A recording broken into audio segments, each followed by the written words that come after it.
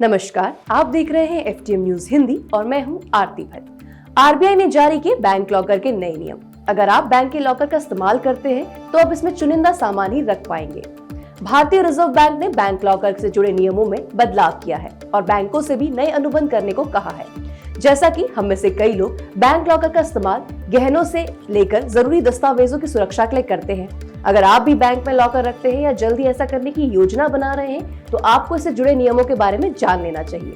RBI का कहना है कि बैंकों को अब अपने ग्राहकों के साथ एक लॉकर किराए पर देने के लिए एक अनुबंध रिव्यू करना होगा। नए नियमों के मुताबिक एक कॉन्ट्रैक्ट तैयार किया जाएगा जिसमें यह साफ तौर पर लिखा होगा कि ग्राहक किस तरह का सामान अपने लॉकर में रख सकते हैं और किस तरह का नहीं। आरबीआई के नए नियमों के मुताबिक अब ग्राहक बैंक लॉकर में कानूनी रूप से वैध सामान जैसे ज्वेलरी और जरूरी दस्तावेज ही रख सकेंगे। इतना ही नहीं, बैंक के लॉकर अब सिर्फ ग्राहकों को उनके निजी इस्तेमाल के लिए दिए जाएंगे।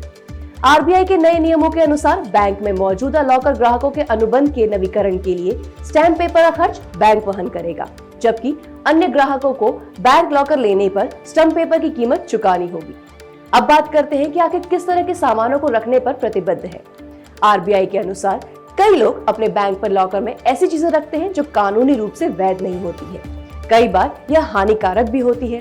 इसीलिए केंद्रीय बैंक की ओर से कहा गया है कि अब ग्राहक अपने लॉकर में कैश या विदेशी मुद्रा नहीं रख सकेंगे या कोई खतरनाक या जहरीले सामान रखने पर भी प्रतिबद्ध होगा।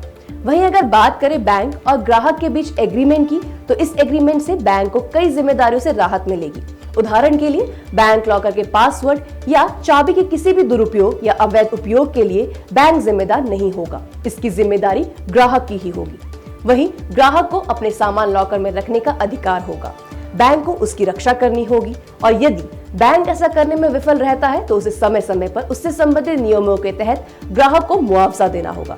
तो ये थे आरबीआई बैंक लॉकर के नए नियम। आज के लिए फिलहाल इतना ही। देश और दुनिया में टेक्नोलॉजी से जुड़ी खबरों के लिए जुड़े रहे हमारे साथ। धन्यवाद।